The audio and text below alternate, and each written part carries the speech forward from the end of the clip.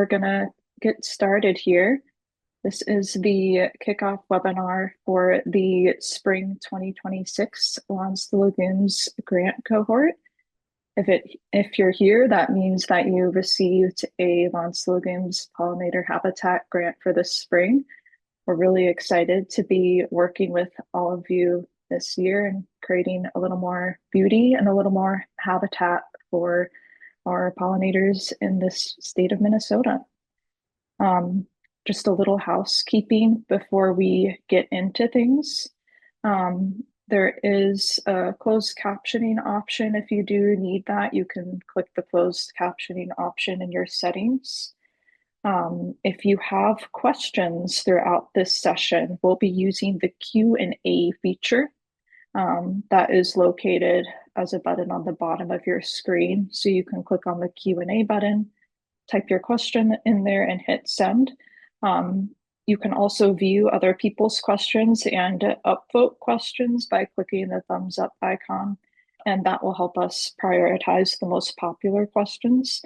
We'll try to address as many questions as we can in the Q&A as we have time tonight, but we also will be doing a separate Q&A session next Tuesday, and we'll be able to go through more of your questions in detail there. Also, if you do have to leave early tonight, we are recording this webinar and we will be posting it on the grantee guide on bluethumb.org, and we will also be emailing it to you. So let us introduce ourselves. There are several organizations involved in coordinating Minnesota's Lawns to Legumes program. The program is a program of the Minnesota Board of Water and Soil Resources, which is a state agency that helps landowners enhance conservation practices on their land. And then the Board of Water and Soil Resources works with Blue Thumb to help manage this individual support program. And Blue Thumb is a statewide partnership that helps connect people to resources for improving water quality and planting for pollinators where they live. And most of the emails that you'll be getting will be coming from Blue Thumb. And then for greater context, Blue Thumb is the education program of Metro Blooms, which is a Minneapolis-based nonprofit that partners with communities to nurture and support thriving ecosystems, land, and water. So while our program staff work for all of these organizations, we're all working together under the Lawns to Legumes umbrella. And to introduce our presenters for this evening, first of all, my name is Megan Reich. I use she, they pronouns, and I am on the education team here at Metro Blooms, and I co-manage the Lawns to Legumes program along with my colleague Alexandra, who can't be here tonight. And I'll pass it to John. Hi all, I'm John Bly. I use he, him pronouns, and I have been helping one way or other with the Lawns to Legumes project since we kicked it off in 2019. And I'll pass it to Dan. Hello, everyone. Thanks for participating in the program. I'm the senior ecologist with the Minnesota Board of Water and Soil Resources and have been working with the program since 2019. Thanks, Dan. And I'll pass it to you. All right, thank you.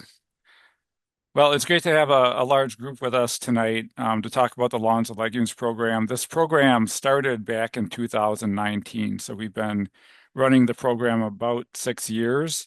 It has a focus on establishing pollinator habitat projects on residential landscapes across Minnesota to benefit the rusty patch bumblebee and other at-risk pollinators. We've installed around 12,000 plantings with the program so far since it began. We've had funding sources from the Minnesota Environment and Natural Resources Trust Fund, the Minnesota General Fund, and then also the U.S. Fish and Wildlife Service.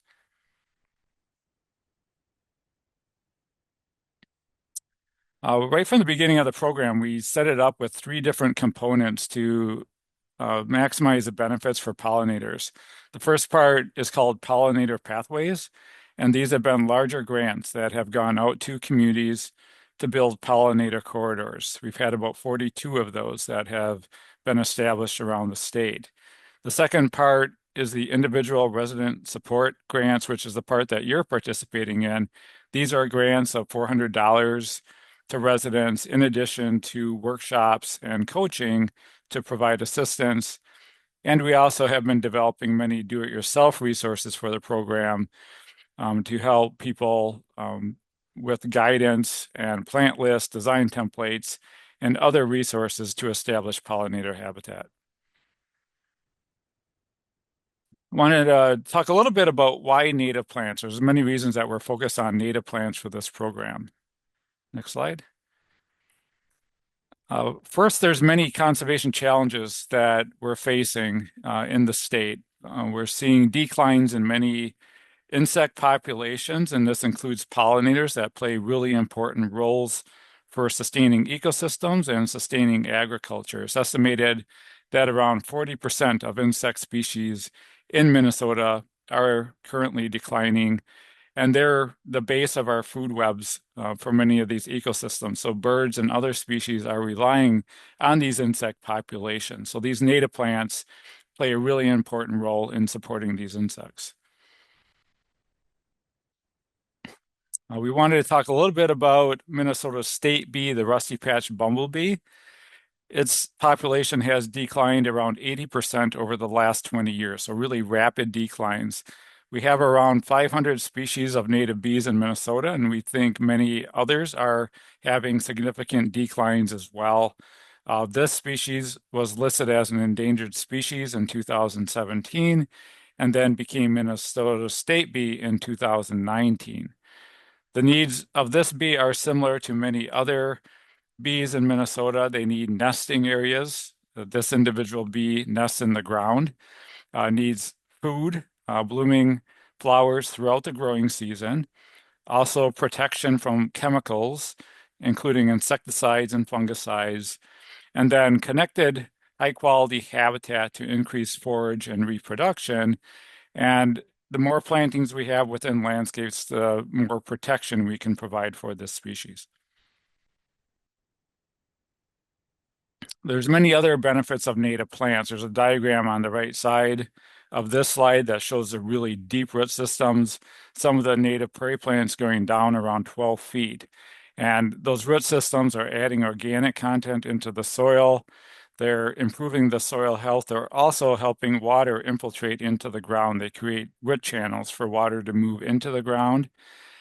They provide food for pollinators, create wildlife habitat. Many of these native plants are very tolerant to extreme weather conditions as well and environmental changes, and they're also beautifying our neighborhoods.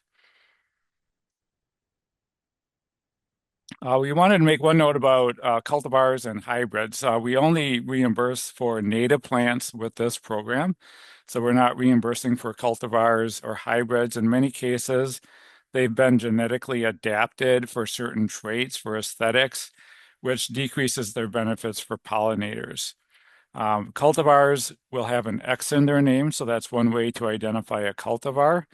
And then hybrids will have, the hybrids will have an X in their name. The cultivars will have a whimsical name. And there's an example on the right side where butterfly weed, Asclepias tuberosa, is a native species, and Asclepias tuberosa is the scientific name for that species. And then on the right side is a cultivar, Cinderella butterfly flower. So it has a whimsical name, which identifies it as a cultivar. And I'll turn it back over to Megan. Thanks, Dan. We'll be going over eligible expenses more later, so don't worry if you're a little confused. Now we're going to spend some time walking through what you need to do to complete a successful pollinator habitat project and the types of projects that are available to you with the Lawns to Legumes grant.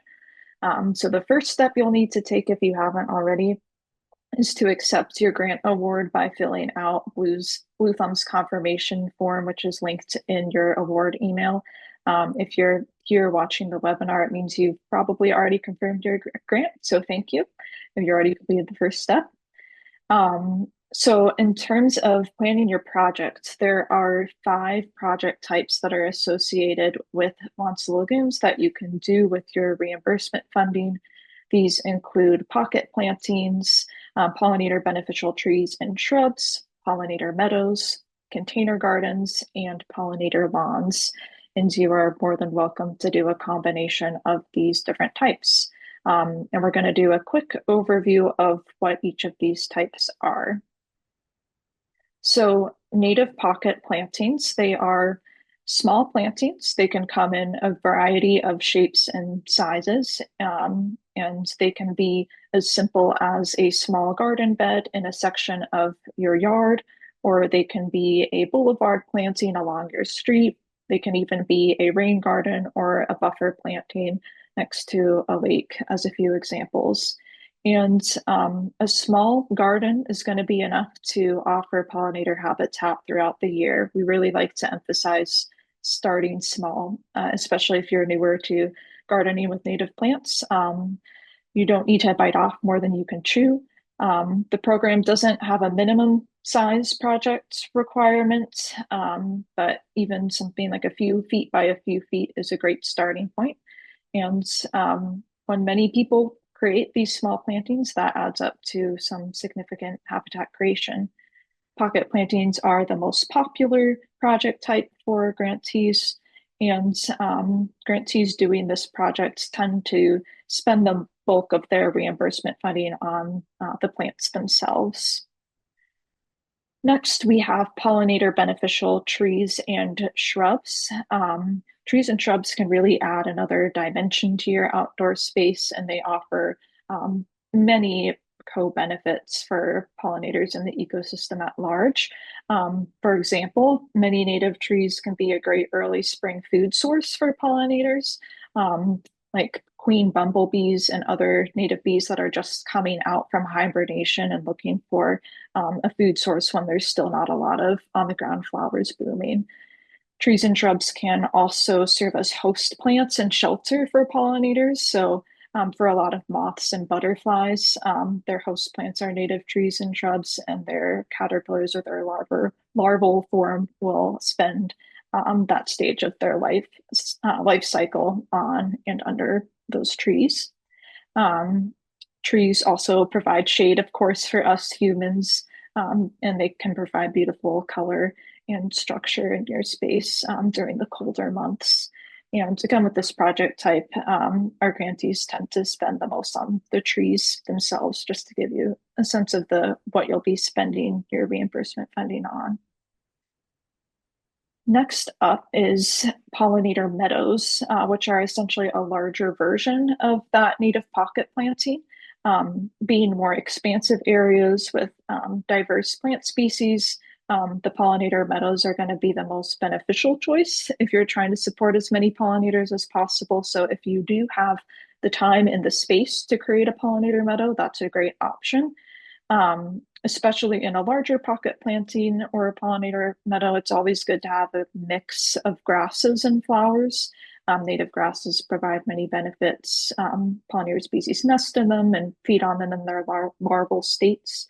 Lots of people will start pollinator meadow projects from seed, or you can always start with a pocket garden this spring and gradually add to it over the seasons and eventually create a meadow that takes up your full outdoor space. And ultimately, we recommend selecting a project type that will meet your needs and your desires for your yard, while also supporting as many pollinator species as possible. So again, it's always better to have a smaller, successful project to start with than a bigger project that you'll be unable to finish or maintain. And folks doing pollinator meadow projects will tend to spend the most of their time on site prep. So clearing out the weeds and in existing vegetation is going to be the biggest cost for this project type. Next, we have container gardens, which are a great smaller scale option, especially if you live in an apartment and don't have the traditional yard or outdoor space for a garden. You can still help pollinators on your patio or your balcony by planting native plants in pots, and native container plantings. If you choose the right plants, they can thrive for years with the proper care. The biggest expense for these project types we found tends to be the containers and the soil. And those are reimbursable expenses as well, and we'll get into that later. Lastly, we have pollinator lawns. So pollinator lawns are essentially a mix of low-growing fescues, which is a type of grass, as well as pollinator beneficial flowering species. Fescues are more deep-rooted compared to your typical turf grass, and they require less watering and mowing once established, so they're a great sustainable switch. A pollinator lawn could be a good option for you if you have a section of your yard that you know that you're still gonna have a little bit of traffic on it, or if you just don't want taller plants in your yard. And the biggest expense for this project type is going to be site prep. So a big part of planning your project is considering what Minnesota native plant species you'll be planting. And the key to successful selection is choosing the plants that are going to thrive in the specific environmental conditions of your yard. That being said, Minnesota native plants are adapted to live here. They are quite resilient, but you still want to be asking those questions of how much sunlight do you get in your outdoor space? Some native plants thrive in full sun, so 6+ hours a day, while others thrive in part sun, 3 to 6 hours, or shady conditions, getting less than 3 hours of sun a day. So observing your space, which is a great thing to do in the winter months, and assessing the sunlight levels. Another question to ask is, what is the general soil moisture in your site? So do you typically have dry soil, medium, or moist? And you can figure that out by just, when it's not snowing, sticking your finger down like an inch in the ground, not right after the rain, but kind of on a typical dry day, and seeing what you feel there. And then the next bullet point is really important, which is having flowers that are going to be blooming throughout the growing season. So having a mix of some native flowers that would bloom in the spring, in the summer, and into the fall, so that our pollinator species have food and resources available to them throughout the year in your planting. A lot of our native plants in Minnesota and our blooming prairie species bloom in the summer, so that's usually not hard to find. But you do have to be intentional about thinking about what early blooming spring flowers you want to incorporate, and also looking at the tail end in the fall. And we'll go over some resources for looking up and getting familiar with Minnesota native plants, but just one to be aware of right away is we have a tool called our Plant Finder on bluethumb.org, and that's really handy for plugging in your sun conditions, the time of year, even things like your plant colors that you want to see, and getting a customized list of recommendations.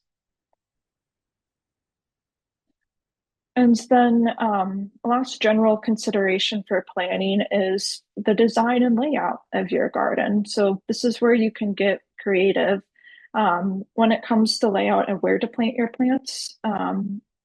Again, as I mentioned earlier, it's great to go for a mixture of blooming flowers, grasses, and shrubs too, if you'd like.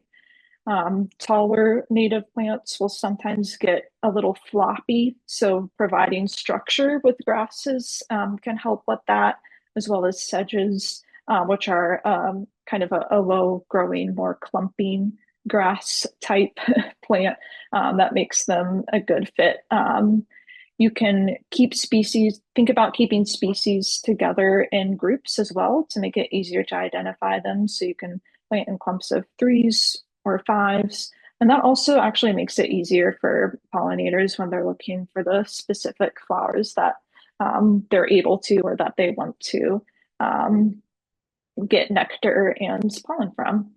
Um, Also, you can think about the height in terms of putting shorter plants in the front of whatever you're planting is. Our designers at Metro Blooms like to compare it to a family photo where you're putting shorter people in the front and taller people in the back so that we can see everybody's smiling faces. And if you're wanting a bit more guidance, we have a lot of different sample design templates that are available on bluethumb.org on the resources page. So those can be great to go through to either follow directly or use as a general guide or inspiration. And expanding on design a little bit more, trying to be intentional about your design and making your pollinator planting look as intentional as possible helps communicate to your neighbors what you're trying to do. In some places, neighbors might have the perception that native plants look messier. However, this doesn't have to be the case. There's lots of ways to create native plant gardens that are beautiful and that look intentional and that showcase that you're trying to provide habitat for pollinators, and maybe you'll encourage others to do it in the process. So a few simple design tips here. One is mulching your planting. Not only does this keep your planting looking neat, but it also helps your new baby plants by retaining water in the soil and suppressing weeds. Another option is to incorporate edging materials that border your garden. That could be bricks, like stone or wood, anything that helps create some framing. You can also think about adding plant identification tags to not only help yourself get familiar with the different species, but to educate any passersby. And all of these things we call cues of care so that people, again, know that what you're doing is intentional. Lastly, signage is something that you'll all have the chance to do because once you complete your project, we'll send you a Lawns to Legumes yard sign, like this one pictured here, so that you can proudly display your project to your neighbors. Okay, I am going to pass things over to John, who will cover some project installation tips. Thank you, Megan. So you planned your project and it is time to dig. Um, the first step in almost every case is to remove the current ground cover, usually grass, hence the name our program, Lawns to Legumes. If you are digging at any depth for trees or rain gardens, especially you'd want to call 811 to locate public utilities. Um, they'll come out. I think you need to give them 48 hours. They'll come out and spray where any gas, water, etc. lines are in your yard. They will not mark private utilities, such as those if you have a detached garage and a buried electrical line leading to it. So you'll want to pay attention to that. And once the lines are marked, you want to be careful digging around them. The slide says 10 feet. Um, I'll say we install things closer, but we are careful when we are digging anywhere closer to those lines. And then if you're planting anything in a boulevard between the sidewalk and the street or just along a street, you'll want to check if your city has any height restrictions. Many cities do for safety reasons to make sure that cars driving by can see small children running down the sidewalk, maybe going to enter the street or anything. So talking about removing sod, the classic way is just with the sod kicker. You can rent one of these from a lot of local hardware stores for 10 or 15 bucks for the day. It's a good workout for the legs. There's also a mechanized version that's pretty heavy duty and is but if you're removing a lot of sod, you could look into that. However you do it, you get the sod out of there. You want to turn, loosen, and rake the soil. You don't need to till it. Just make sure that it's loose enough you'll be able to put some plants in. And then you'll want to apply mulch on top. We recommend double shredded hardwood mulch as it stays in place. It's very fibrous, locks together. And once you've mulched, then you'll plant. Another way to prepare a site, specifically, especially for a pocket planting, would be sheet mulching. And to do that, you want to source a bunch of cardboard that doesn't have plastic tape or the really sheeny colored ink on it, just like the classic brown stuff. You want to, figure out where your bed is, cut whatever's growing there as short as possible, and then cover it with the cardboard. A few layers is best. You want to thoroughly soak the cardboard so that it kind of conforms to the shape of the ground and stays there. And then you'll want to cover that with compost and mulch. Give it a little time if you can between that and planting to help smother what's growing underneath. But then you can put little holes in it to put your plants when you're ready to plant. Be sure to plant through the cardboard into the soil. Speaking of planting, we want to be sure that you are buying native plants. We can only reimburse you for native plants. Every cohort we turn down many grantees who have purchased plants that are not native.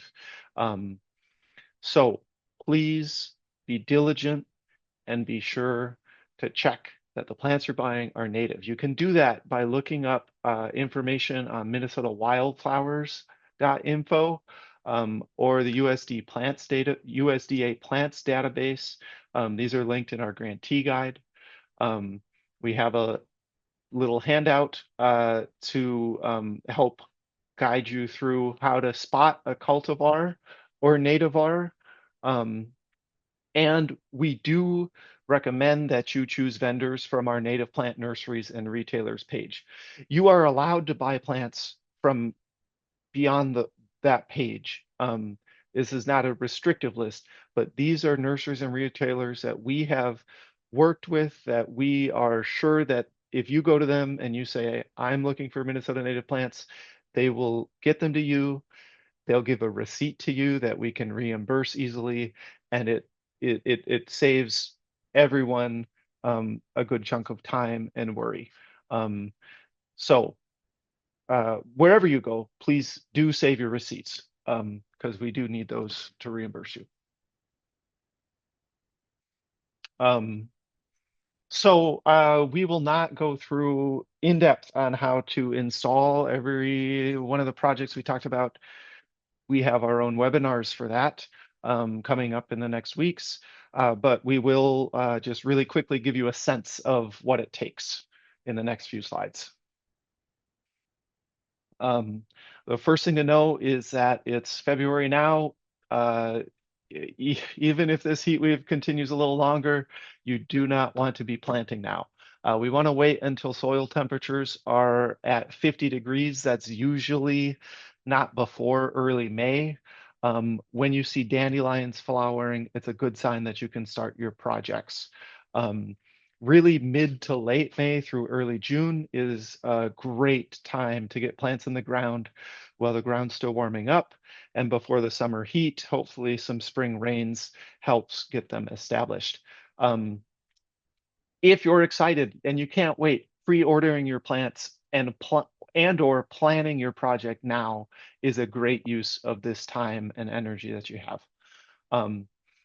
If you can't get to plants in the ground by early June and you're planting later in the season, just be sure that you are watering your plants enough. We recommend at least 1 inch a week of water, whether that comes from the sky or your hose or wherever else.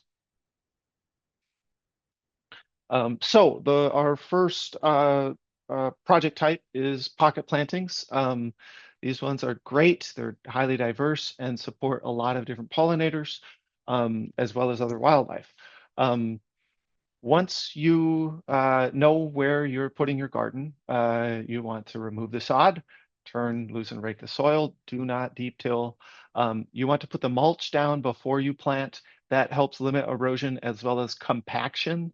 If you're tromping all over your new garden, you're gonna compact the soil. It's going to be harder for the plants to get established. And then before you start digging your plants in, you want to lay them all out so you have a nice even spacing and you like the look of it. For trees and shrubs, you'll want to do a similar site prep to the pocket planting, but then when it comes time to digging the hole, it's going to be a much bigger hole. You want to dig the hole as deep as the root ball, but not deeper, because the roots are going to mostly go horizontal. Okay, and if you dig it too deep, then the tree's going to sink. As deep as a root ball and twice as wide, so that when you fill it with loose soil, the roots have a nice, easy time growing outwards and helping stabilize a tree. Before you get the tree into that hole, you want to straighten, cut, or remove circling roots. Those roots, if not fixed now, will continue to circle and eventually strangle the tree, and certainly limit the tree from sending roots further out and getting the resources it needs, and be easier to blow over in a windstorm, for instance. You'll want to place a tree, make sure that the top root or root flare should be at or slightly above ground level. Keep the tree straight. It helps if you have a friend at this point, and gently but firmly backfill the hole, occasionally watering it to make sure that there's no air pockets that'll sink and make the tree wonky. Take a 360 around the tree to make sure that it looks straight from every angle. I can say this from experience. It's not always so easy just if you look at it straight on. Okay, pollinator meadows. So there were a lot of questions in the Q&A about what is a pollinator meadow versus pocket planting. Essentially, it's just larger. It's a fuzzy concept. We don't have a strict definition.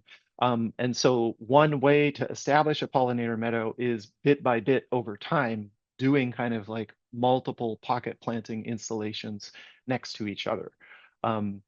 If you want to take this $400 grant now and establish a pocket planting, and then in 2 years, when those plants you put in have grown a little or a lot and are ready to be split, you could split them and double the size of your garden in 2 years and start with a pocket planting and end with a meadow over time. If you are ready and gung-ho and able to install a pollinator meadow, a larger planting all at once, we do recommend using smaller plants. They're called plugs oftentimes, and or seed, so that you can cover more area for less cost. You'll want to check, especially if you're using seeds, to get specific planting information, as many seeds are best sown in the fall, and in which case they would not be a good part of your project for the spring cohort. And then plantings grown from seed take at least 3 years before they're even close to establishment. During that time, you'll have to do quite a bit of mowing to prevent annual weeds from overtaking the site. And it is a big time investment, and it takes a while for a payoff if you do it from seed. But if you know what you're getting into, you know, Godspeed, good luck. So then there's pollinator meadows. Pollinator lawns. If your lawn right now doesn't have a lot of highly aggressive invasive species like creeping Charlie or something in it, um, establishing a pollinator lawn can be really easy. Um, you start by mowing your lawn as short as possible to expose as much ground as you can and uh, uh, stress out the plant cover that you do have so that it gives what you're planting a little better chance of getting established. And you'll want to rake the clippings from what you mowed again to expose the soil. Um, and once the soil is exposed, um, you'll want to spread your seed. Um, uh, if you a lot of if you're not planting more grass seed, especially just the flower seeds, it's easy to spread too much all at once. And so mixing it into a bit of compost or sand and then spreading that around can be a way to help make sure that the amount of seed that you have gets more or less evenly distributed across the area that you have. After you've seeded the lawn, you want to keep it moist until your seed sprout, and then keep watering it at least weekly um, for the first season. Um, and but then certainly not fertilize it. What you're planting in these pollinator lawns uh, should need less fertilizer and less water over time as they develop deeper roots, and they can outcompete the Kentucky bluegrass and other species in a typical lawn. Once it's established, you don't want to mow these plants below 3 inches. You're going to cut off a lot of the flowers that help the pollinators. And grass roots typically grow about as deep as the grass grows high. And so by letting the grass grow to 3 inches, the roots get deeper and soak up more water, help infiltrate water in storms, and the 3 inches of cover over the ground help shade out any adventive weed seeds that might find their way into your lawn. Herbicides will kill your flowers, so you're signing up to hand weed your lawn from now on. And then our last project type is container plantings. You'll want to choose a container made of plastic, metal, or some kind of composite material that has drainage holes in it, and fill the bottom of that material, at least the bottom couple inches, with mulch to help give it some air pockets for root growth and to breathe, as well as to drain. Before the first freeze, you'll want to be sure that a week or two before the first freeze, you'll want to stop watering your planter and let it dry out so that it's not full of water that turns to ice and expands and cracks your planter. And then many of your native plants will come back in the spring. And then to protect your plants from herbivores, many people have something in their yards that is going to come and dig something up or chew on it. You could consider putting up chicken wire around your new planting or individual mesh nets or baskets over specific plants. And you can also select plants around the edge of your garden that are less appealing to herbivores. So those are really strongly scented plants like those in the mint and onion families, or plants that are rough, prickly, or hairy, which are less tasty to eat, I assume. And then lastly, as I said before, you want to water once a week for the first year. You want to pull weeds. We say at least on every major summer holiday, Memorial Day, 4th of July, and Labor Day. You want to get out there. More is better. You're pulling weeds when they're smaller. It's easier, and they'll take less resources from the plants you want growing there, and it'll disturb less soil. Every time you're disturbing soil, you are opening up the chance for some weed seeds that are somewhere in that soil bank to germinate, or if you've exposed soil, weeds seeds from the wind or some dropped from something else to grow. You want to keep your plantings clear of debris so that they look nice and pretty for your neighbors, and then replace mulch and plants as needed.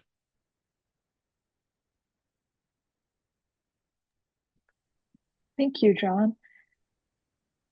So we covered a lot of information, and now we are going to review the resources that you can use online to help you with your project that go over a lot of what we talked about today and more. So the main page on our website, bluethumb.org, that will be most helpful for you throughout the grant period is called the Grantee Guide. It's in the Lawns to Legumes section of the website.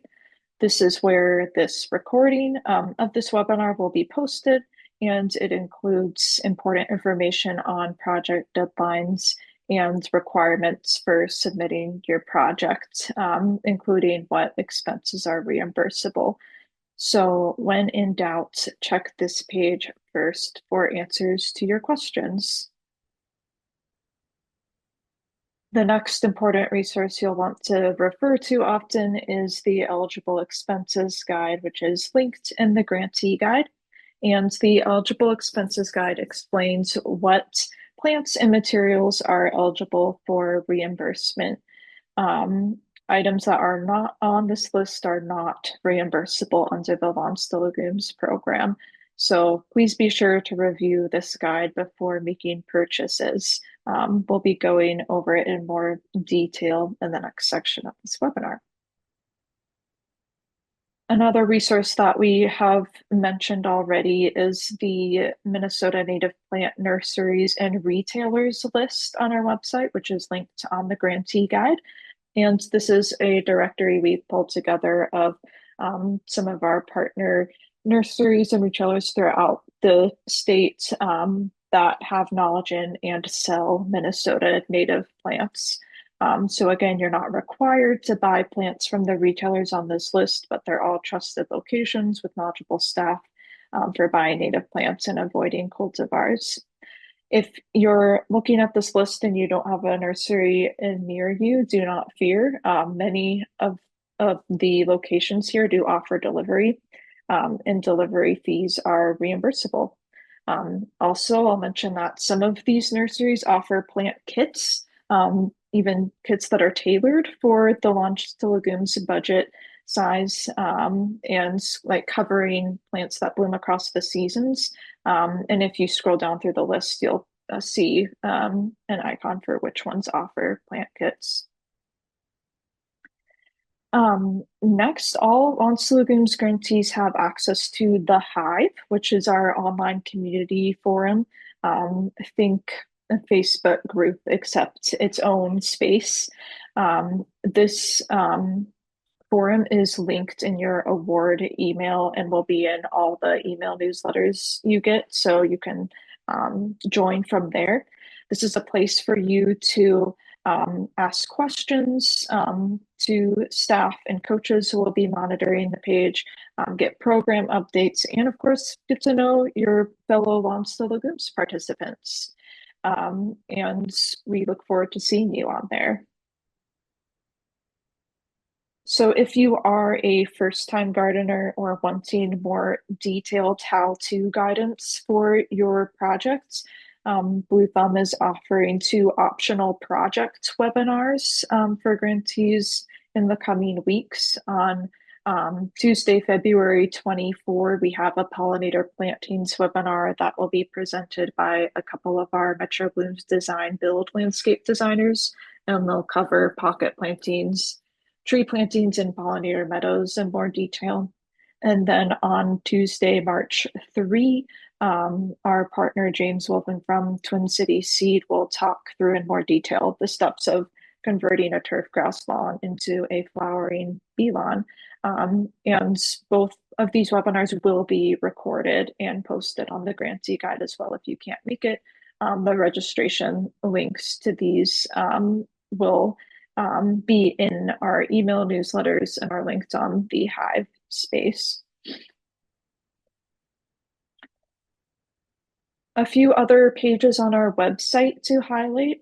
The resources page on Blue Thumb, which is in the Learn section of the website, is your central hub for plant lists, design templates, and project guides.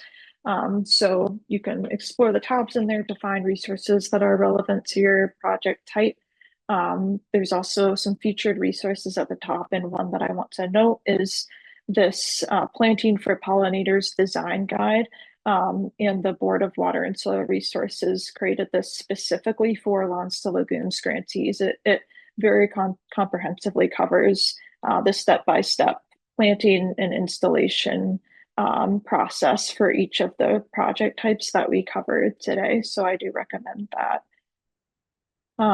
Also in the Learn section of the website is our Plan a Project pages. So if you're wanting kind of more of a quick glance or reminder of the installation steps, this is a great way to check on that. And there are sections, again, for each of the project types that we talked about today. The Plant Finder, as I mentioned earlier, is a search tool that helps you find Minnesota native plants best suited to your project type and site conditions. It doesn't contain all of the native plants in Minnesota, but it does contain 300 plus native plants that are more typically available in Minnesota plant nurseries and that are used in gardening settings. So I invite you to go in there and explore the filters. There's even a filter for herbivore resistance if you want to find plants that are less likely to be munched on by bunnies, for example. And lastly, if you want to take your learning to the next level, you can also explore Blue Thumb workshops.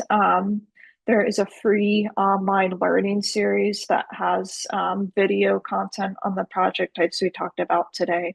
And there are also in-person workshops that will be offered throughout the spring if you want to explore planting for clean water and pollinators beyond this grant. Another channel of support that the Lawns to Lagoons program is able to offer you is our volunteer coaching. So we have a group of volunteer coaches. Some of them are alums of the Lawns to Lagoons program. Some of them are master gardeners. And all of them are here to provide a little extra insight into working on your project. So in mid-February, we will be sharing an optional coach request form that will be sent via Submittable, which is where you filled out your confirmation form. If you would like to be matched with a volunteer coach, please fill that out. We do have a limited number of coaches. We don't have enough coaches to be matched with everybody. So we really encourage grantees who are either first-time gardeners or just don't have much experience gardening with native perennials to fill that out if they feel that need. Then after you fill out that form within the coming weeks, we will be working on matching you. If we do have enough coaches, your coach will be connecting with you via phone or email, whatever you note in the form. So if you did no email, just be sure to keep checking your spam folder because sometimes those emails do get lost.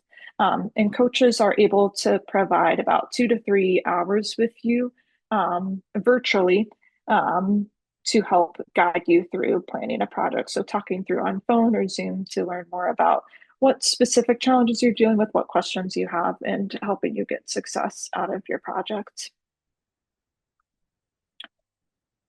Okay, so switching gears now, we talked about planning your project, installing your project, resources to help, and now we're going to talk about the final step, which is after you complete your project, you will be submitting what's called your reimbursement request. And this is a report of your project as well as uh, you'll be submitting your receipts so that we can send you that reimbursement, and you can get that funding back to you. So there are four main things that you'll need to submit a reimbursement request. Actually, switching to order. So submitting your reimbursement request, as I said, after your project is fully installed. And just to reiterate, you can be reimbursed up to $400 for eligible expenses. The reimbursement request form will be open for spring grantees at the beginning of May, I think May 1st. You'll be notified by email with a link to the form, which again will be connected to your submittable account. Okay, now to the part that I jumped ahead to. There are four main things that you'll need to submit for your reimbursement request. One is itemized receipts of the project purchases you made that you would like reimbursement for. Next is before and after photos of your project area. You'll need to know the approximate size of your project in square feet or acres, and you'll also need to track the number of hours that you have spent on your project, as well as the total spending amount. We're going to reiterate this one more time. Remember to look at the eligible expenses guide before making project purchases. I'm not going to read through everything on the guide. That is something that I invite you to do on your own time, but to go over the highlights, the main reimbursable expenses include Minnesota native plants, trees, shrubs, or bee lawn seed, mulch for mulching your project. The program reimburses edging and herbivore protection up to $100, delivery fees for your eligible expenses, and then the program also does reimburse if you pay for a contractor or help for installing your project, as well as equipment rental expenses.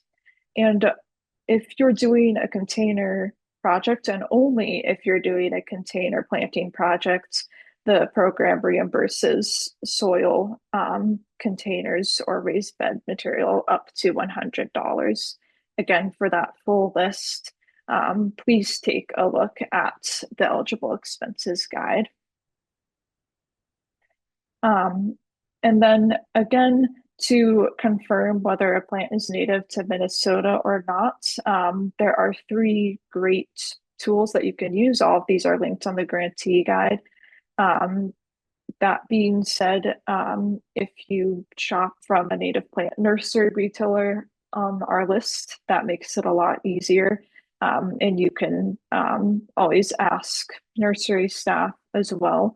But when you're doing research, figuring out what plants to purchase, and you come across one and you're not sure whether it's native to our state, these are three great tools that you can use to confirm that.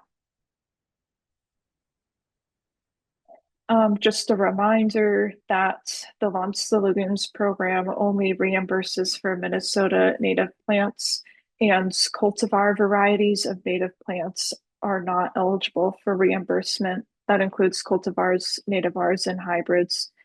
There are a few exceptions that are noted in the eligible expenses guide. We have a native plants versus cultivars handout that's linked on the grantee guide and the eligible expenses guide that has tips for telling them apart and a little practice sheet. But the main things that you'll see are cultivars will have an extra name, usually in quotes and kind of whimsical sounding, before the common name and or scientific name. We recommend you shop from a nursery knowledgeable in native plants and ask staff for help.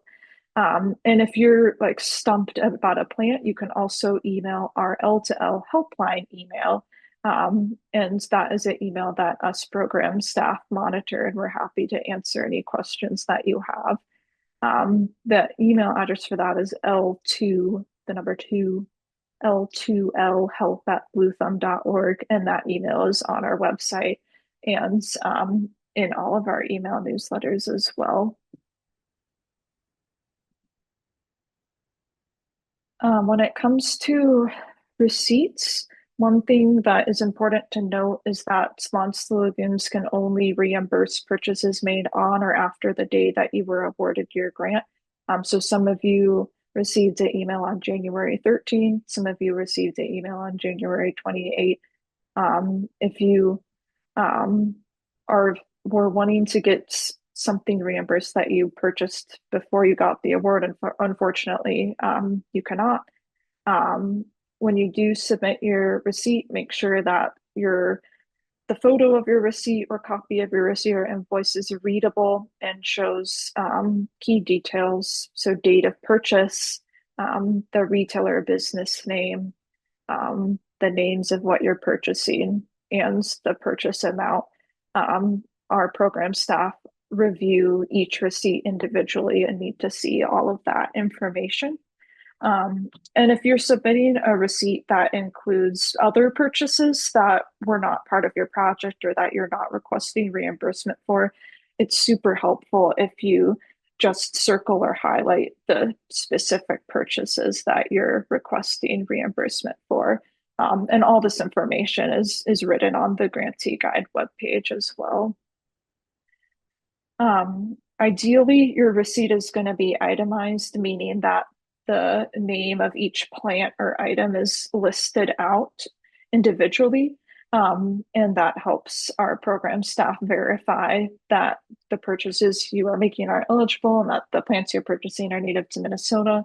But if you get a receipt that doesn't show the names of the plants you purchased or just shows a total, we ask or we want you to also submit either a photo of all your plant tags or a written out list of the plant and item names so that we can confirm that they are eligible for reimbursement. For submitting before and after photos, we just need as few as one to four simple shots of the area, and it's helpful if they're far away enough from the planting to establish some context. So not like we don't need close-up photos of each individual plant, for example. We just need to see the project area, or we need to see that before there were either no plants, or if you're adding to an area, we need to see the difference between them to verify that you did indeed complete the planting. If you can, try to take the photo from the same general location and vantage so that the photos are easy to compare. And it's okay if your after photo doesn't look beautiful yet. We recognize that it's going to be a bunch of little plugs that aren't flowering, or if you did a seeded area, we're not going to be able to necessarily see each individual seed, of course. We just, again, need to be able to verify that the components of your project you're asking to be reimbursed for are shown in that after photo, with plants fully planted in the ground or seeds sown on the ground. You'll also be sharing the amount of time that you spent on your project and your spending. So it helps if you track your expenses as you go. We do have a project expense tracker spreadsheet if you want a template to use. That's linked on the grantee guide. And you'll be reporting your total expenses, including any expenses beyond the amount you request reimbursement for, in your reimbursement request form. And that just helps us demonstrate the many outcomes of the Lawns to Lagoons program. In terms of time, your requirement is that you spend at least 2 hours of time on your project. This is very doable. It includes the time spent watching this webinar, so you're already halfway there. And then you'll need to share the total number of hours you spent on your project. We looked back and calculated an approximate average amount of time our previous grantees have spent on projects, and it's usually 15 plus. So just know that this is a time commitment, and it's great to start planning now so that you're not left scrambling in late June or early July. That being said, you can easily do it in a weekend. You can choose to savor the experience and like slowly purchase your plants over the season. So it's about whatever experience you want to get out of it. But um, just know that that's usually our typical time commitment over the course of the season for our grantees. So when you filled out your grant confirmation form, or if you haven't yet, you saw a list of participant commitments and you checked off, I agree, or I understand to all of those. You can refer back to them. They're linked on the grantee guide. But just to go over and highlight a few of them, these are all actions that are strongly encouraged but not required. Try to source your native plants from within about 200 miles of your location, keeping in mind that sourcing plants that are grown in your area are more adapted and able to thrive in your area. Um, that being said, if you don't live near a nursery and you choose to order, that's fine too. Um, if you can verify that your plants are grown without systemic pesticides such as neonicotinoids, that's something that you can ask the nursery or retailer, and they should be able to give you an answer, because we're doing this for the pollinators, and we want to be planting plants that are not going to be harming pollinators and wildlife. Um, and then another action that's very much strongly encouraged is following through with that project maintenance. So, watering about 1 inch of water a week and weeding at least a few times in the season, so that your project can be successful in the long run. When it comes to native perennial gardens, the more initial care you put into it, the more successful it's going to be in the long run, and the less time you'll have to spend on maintenance in future years. It takes about 3 years typically for a native plant garden to become fully established. So just think about it as a long-term investment in that way. And if you're wanting some more maintenance tips beyond what we shared today, we will be going over more in the pollinator plantings webinar in a couple of weeks. Um, I recognize that we're a few minutes over time, so I apologize for that, but we're just going to go over our project timeline and then a few final reminders. If you do have to hop off, we'll be posting this recording on the grantee guide, and all that information will be there. But just to remind you of the optional webinars we have coming up in the next few weeks. I see that we're getting lots of questions in the Q&A, which is great. We'll be going over those questions there.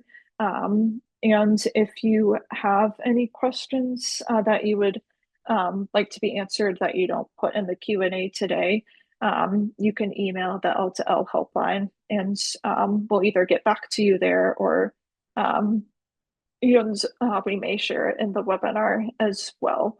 And we'll be sharing the email again at the end of this webinar.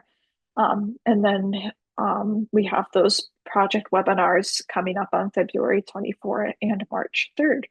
All of these webinars will be recorded again and put on the grantee guide. That coach interest survey will go out in mid-February.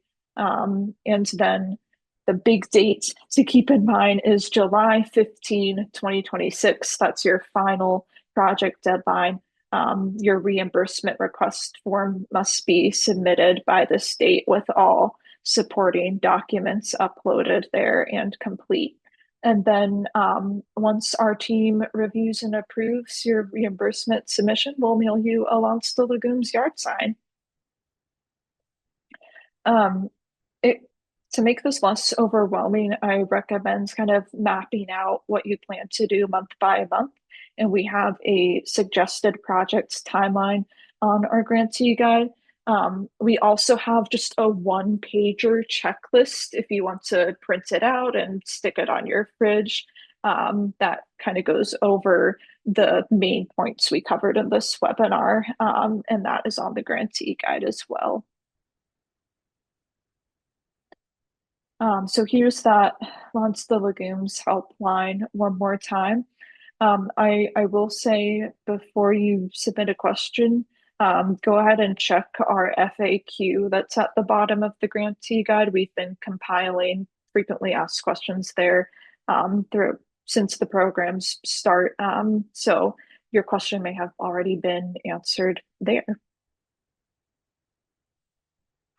When in doubt, there are multiple places to get help.